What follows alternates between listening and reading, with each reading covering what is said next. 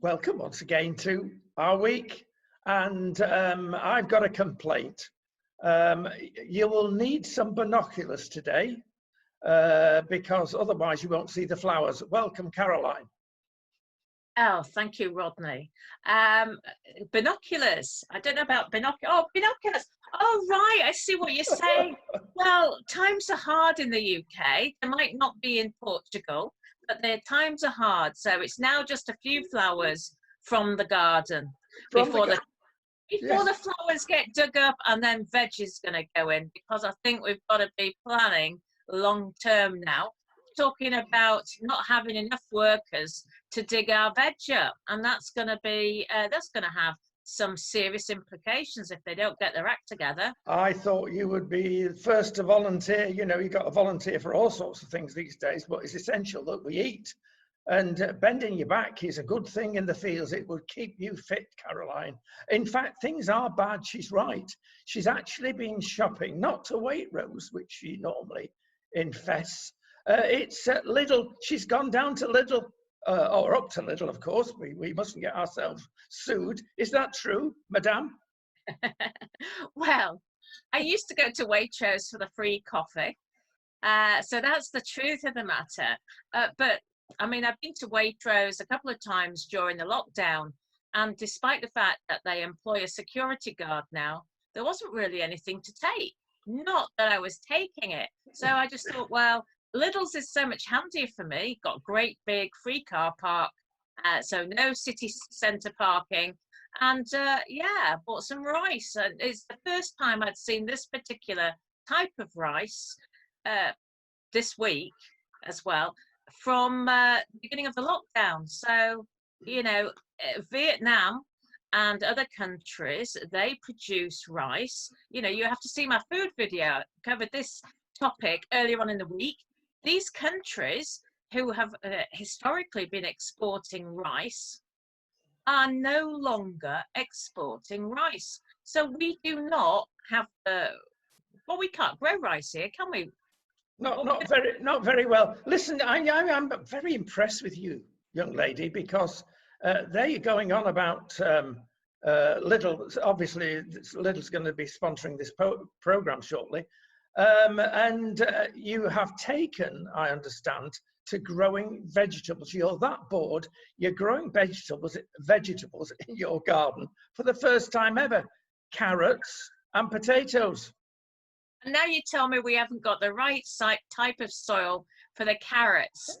I've tried the corn as well, and Brussels sprouts, because they have to be grown inside first of all, and they've been a disaster. The seedlings have just all mushed together. So I've got some. So anyway, it's not too late to start again. Just got to keep, obviously, Robert the Bruce and the spider. If you don't at first succeed, try again. Yes, that's in Exodus chapter 3, I think. Anyway, we'll move on and we'll go. Well, lots of, I'm afraid, serious things to talk about. Sometimes we talk about the mess up of the government, although, let's be honest, any government would mess up in these circumstances. Some people say, especially the present one. Anyway, nobody's getting any money. 1 in 60 people are getting the loans. It's not working. Absolutely. I was talking to a gentleman earlier on in the week, and he is on, I guess he was on some sort of 0 hours contract with a supply agency. And he was working something like 60 hours a week. Is that legal? I don't know. That's what he told me anyway. So I'm not going to mention any names, but he'd been doing this job as part of a team. So this employer wasn't employing them directly, but using a supply agency, a job agency, to bring a team of people together who worked extremely well. Now, obviously, this employer didn't say, oh, yes, we're going to put them on our books and after the lockdown. No, they just said to the supply agency, please, can you keep them on your books? But what's happened is basically these guys are now on zero money. They have applied, one of them has applied for this universal income. And the truth of the matter is, He is now going to be awarded £400 a month to live on. And he says, Caroline, he said that does not pay all my bills, let alone food. £400, Rodney. Yeah, I know it's self-employed are really getting a good working over. They bleated, quite rightly, in my humble opinion, about 3 weeks ago. Nothing was being done, but it's just not happening, is it? It is difficult, though, because certain self-employed people, dare I mention, are being, let's use the word, dodgy. And perhaps not paying all their taxes, but now it's coming back on them a bit because they can't prove what they've been really earning. Oh, I'm going to get into trouble for that, but there you Do go. you say that, Rodney? How could the thing is, when these guys are working through a supply agency, everything is registered, so there's no. Oh, I know what you're saying. Yes, there's not going to be any shenanigans. Anyway, when you're talking about people like the VAT man, hang on, what about all these people who've got these shell companies with connected with the government? They've been legitimately, seemingly, setting up shell companies. They don't get carpeted, but the little people get carpeted. You're right. If you've got clever lawyers, you can do everything. The more laws we have, the more dodginess we have, because we can always get round laws. Cut most of the laws out, I'm afraid, especially the accountancy type laws. We have got 92 volumes of accountancy laws in this country, in UK, and that's more than anybody in the world. The more laws you've got, the more directives you've got, Brussels are like that, the more people that are clever will get round it, and the innocent will suffer. Well, yeah, absolutely. The worst thing in the world, I think, for our government was producing the Freedom of Information Act. That was a law that Tony Blair really, really regretting bringing into force, because that the government. You thought you had the government on the back foot, but now they say, oh no, it's not in the public's interest, etc., etc. So that goes nicely on to, we were going to talk about the Archbishop of Canterbury, because since we did our last interview, because I like to be controversial, and I know that you have a lot of people that watch your program who go to church. So I'd just like to point out potential hypocrisy in another empire, because we're talking about the government, that's an empire. We're talking about all corporations, they're all empires.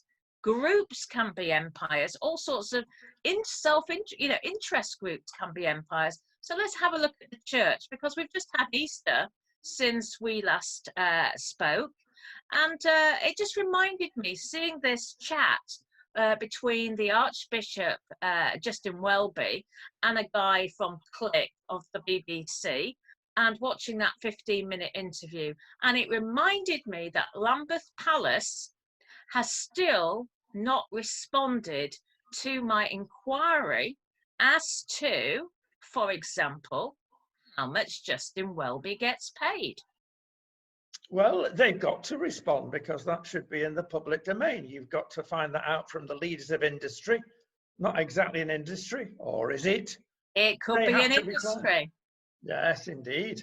And you've been digging, I know, about the Anglican Church. You're not an Anglican, I take it, then? How do you define an Anglican, then, Rodney? There's not a lot left, I know. Sorry, that's quite funny, actually. We're going back, actually, a few years, because you've been digging up some more conspiracy facts from a few years ago, because apparently, was it 2013, many leaders of the Anglican Church were on six-figure salaries. Yes, so the last salary I could find connected with the Anglican faith in the UK was a Daily Telegraph article, which you've got to subscribe for the Daily Telegraph, and I have exceeded my number of free articles this month. So I can't expand that Listen, article. we're gonna go for a collection for you. She's shopping at Lidl's and she can't afford the Telegraph online. And I can't afford to buy flowers anymore. I've got to get them from the garden, and the cemeteries are all closed. A guy called Fittle, he was paid, Fittle, Fittall, Right. that well-known chap was paid £153,000 in the church. He's based at Church House. £153,000 a year. So that's a six-figure salary, and that was going back to 2013. Now, I have desperately searched for Justin Welby's salary 6 months ago, couldn't find his salary details. I would imagine it's not £153,000. I've written to Lambeth Palace twice. They have sent an auto response twice. And I actually asked, well, why is he connected with the Catholic faith, for example? There's some sort of Catholic Anglican organisation. And I don't know all the ins and outs, so it just made warning bells, alarm bells ringing in my head. And I wanted to know about that. And of course, you know, we're very concerned about the Jesuit influence. And I asked if he was actually a Jesuit. I've not got any of these answers. Well, So the Jesuits are genuinely Catholic and are much vaunted in Catholic circles, and very ancient, but very strict side of the Catholic Church. So I know there's a lot of Anglo-Catholics, the Bells and the Smells Brigade, and it's tied up with America. And I'm going to swiftly go to America about churches there, because boy, have they been getting into trouble with the virus, because a lot of I don't know, not the mainstream churches, one should say, have gone a bit bolshy and said, right, we're going to carry on our freedom of speech, of access, American Constitution, blow you, we're congregating together, especially over Easter. It sounds a bit extreme, dare one say, a tad selfish? Gosh, I would never want to put myself in a position to tell other people what to do. No way. I mean, when we talk about telling people what to do, you know, we're all suffering from having been on lockdown for best part of a month now.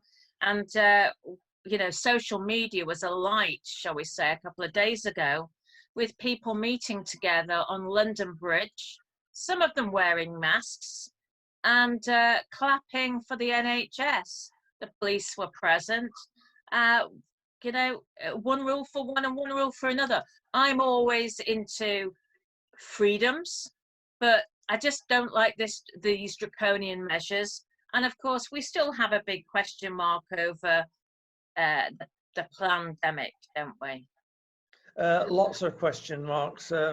Back to America, mind you, a lot of the churches decided to be drive-in churches, like drive-in cinema, and they didn't leave their car park, the big car park outside the church. They had a stage at the other end of the car park in front of the church, and they were each fined $500 until a judge stepped in and said, give the money back, that's ridiculous.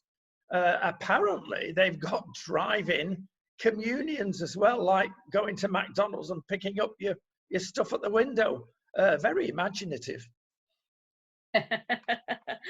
Well, yes. I mean, gosh, what can I say?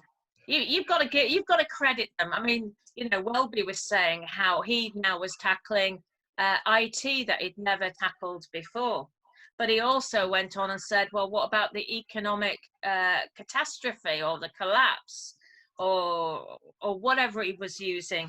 But he didn't concentrate on the UK at all. So he was just concentrating on the poorer nations. So I guess we don't count anymore in the church. So the Americans and the Brits, they don't count for the Anglican faith. It's these third world countries we should be helping. And yet we're supposed to be helping the third world. If you looked at the TV programs this morning, the news, the mainstream news, 3 times as many people in the UK are now using food banks than they were a month ago. 3 times as much. Yeah, As many, I should there is say. a problem there. There's always been a problem with food banks, and one wonders, does it go to the right people?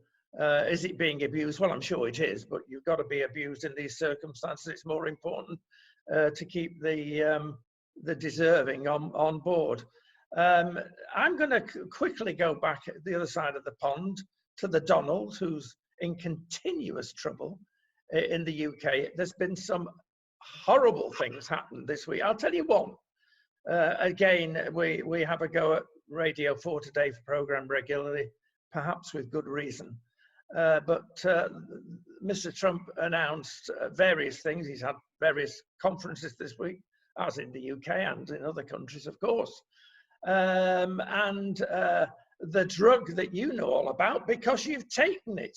And it now appears to be efficacious. Go on, you pronounce it. You've taken it.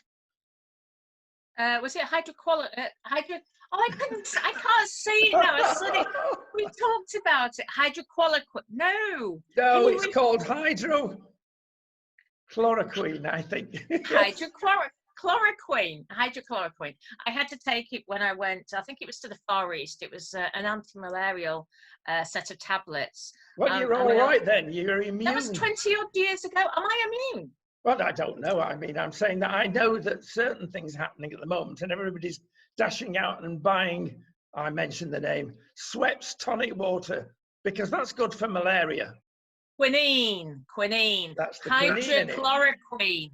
Yeah. Sorry, can you edit this show? It was hydrochloroquine. So I had to take hydrochloroquine tablets to go to Vietnam and other such countries. Yeah, but so I should be immune. Caroline, we've got to say that it's got to be mixed with another drug beginning with A for it to be really effective. But we've come across quite a number of people, and we've got video. We put one out about 6-7 days ago from this doctor in America that seems to be agreeing with President Trump that it has uses. And we've seen some astonishing graphs saying this takes effect after 11 hours, and after 5 days, you are cured. Now, the regular establishment will say, well, we've not tested this.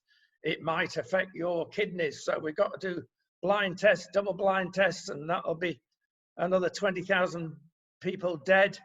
But hang on. Didn't we have a situation within the World Health Organization? Didn't we have Bill Gates providing monies to Mr. Whitty? He's anything but witty. Mr. Whitty, he was given a huge amount of funding for malarial investigative work.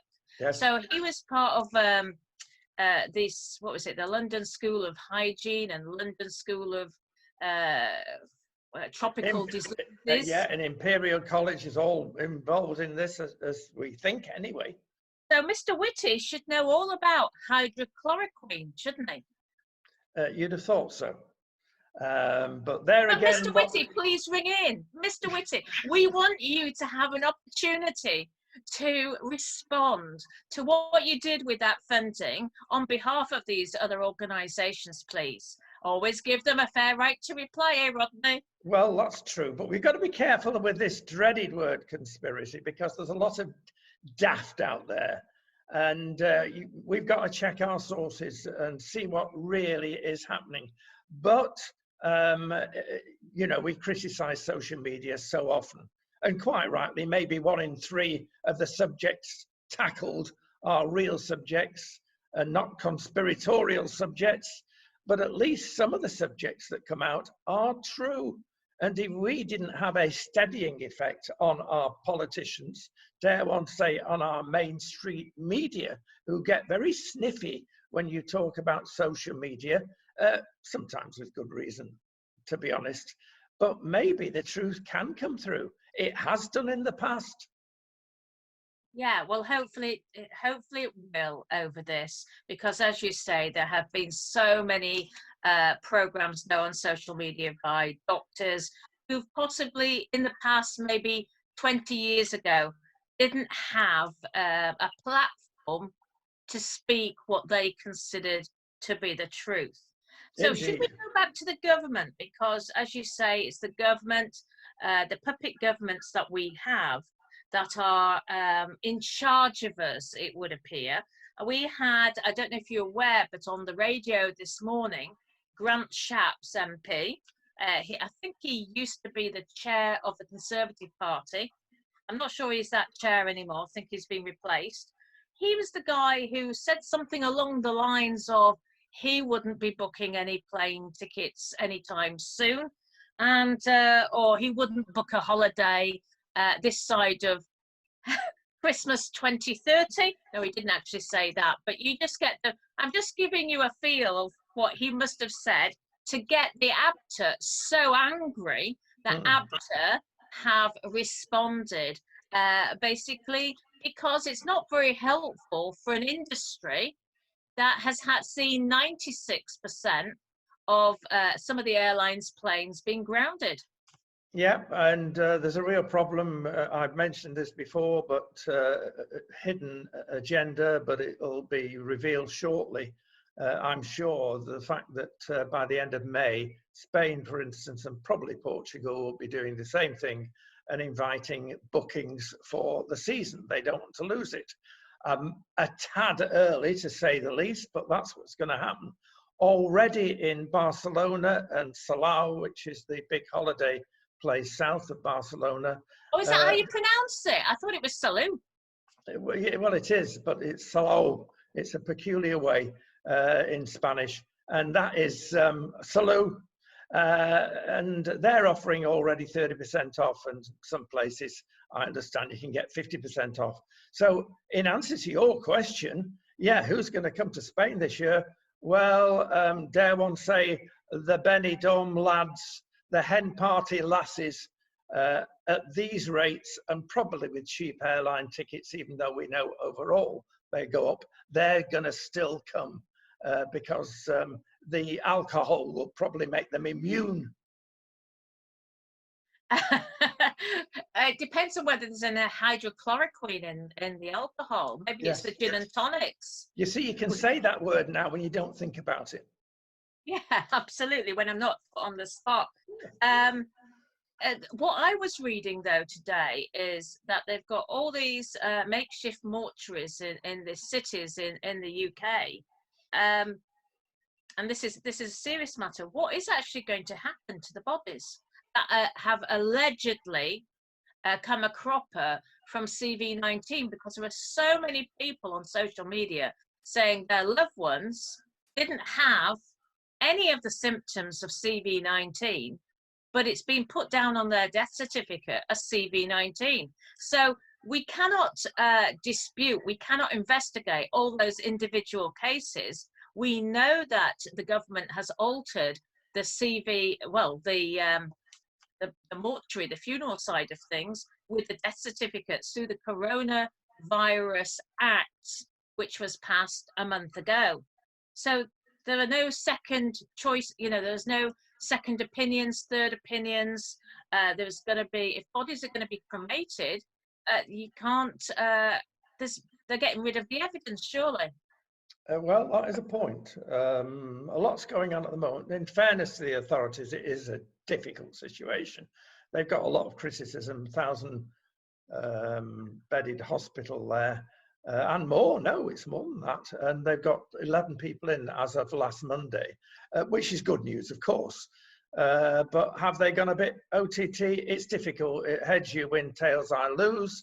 But we don't know where this is going. We don't know whether there's going to be a second stream of the virus. If they lock too early, there will be. And the second stream, a la 1918, the Spanish flu, was considerably worse than the first. Now, we're not here to raise fears.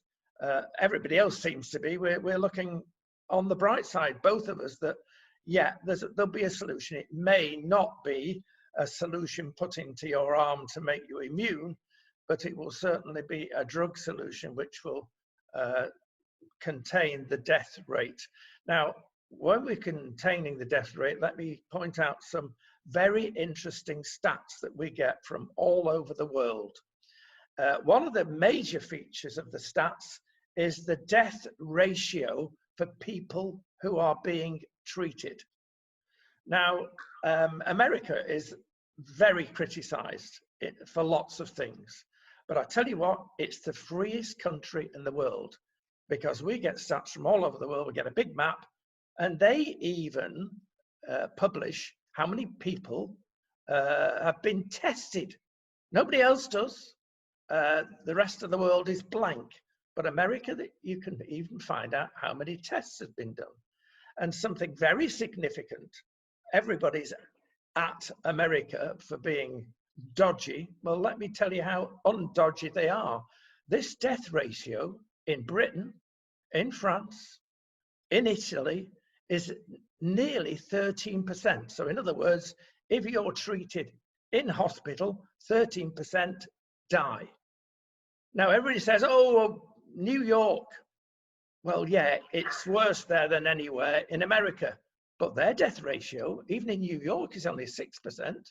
And their death ratio from the rest of the states on average is between 2 and 3, compared with 13 in Britain, 3% in Portugal, I've got to add.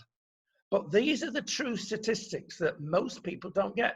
The media don't like this because they want to create fear and doom and anti-American feeling. But these are astonishing facts. The other astonishing fact, of course, is China. What a joke! 3,400 deaths. But then this week, oh, well, perhaps it's double that. Rubbish. It's over 50,000 at least in the northern region alone. Who do you believe? You certainly don't believe China. Oh my gosh. There were two words you put together that are, as a statistician, I am a statistician, I'm a qualified statistician. You put two words, true statistics, in the same sentence. I'm going to pass on this. As I said, you know, we've got people who have been put down for CV-19 in the UK, and people are saying, well, my relative had a heart attack, and they've been insisting that it's put down as CV-19. So I would not like to comment on this at all. All I can comment upon is the fact that this virus, this whatever it is, I'm sorry, I shouldn't have said virus because I don't know. This came out of China, undoubtedly. But who produces the PPE? Who produces the protective equipment? China. Yep. So we are struggling in the UK to provide enough PPE, and it could be held to ransom. And this is all the joys of globalization. This is so many transnational corporations effectively running the world. They have got us by the short and curlies. Well, there you go. And talking about short, anyway, let's go to Mr. Macron. And my goodness me, did you realize that in January, for solidarity towards China, he sent all his masks over to them to help them out? 20 million. Yes, I thought you'd like that. That's another true stat. That's madness. What goes on in France sometimes, I love France dearly, but my goodness me, it is very politically towards the left, extremely so at the moment. And well, you can say that about France, but you know, I was looking on Twitter the other day, and before everything kicked off, you had the Brits like Liam Fox at various dinners, shaking hands with various Chinese delegates. And, you know, this is great trading with you, China.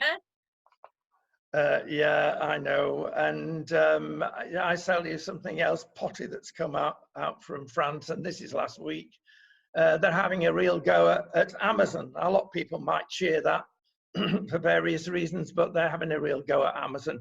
They're finding Amazon €1 million every single day.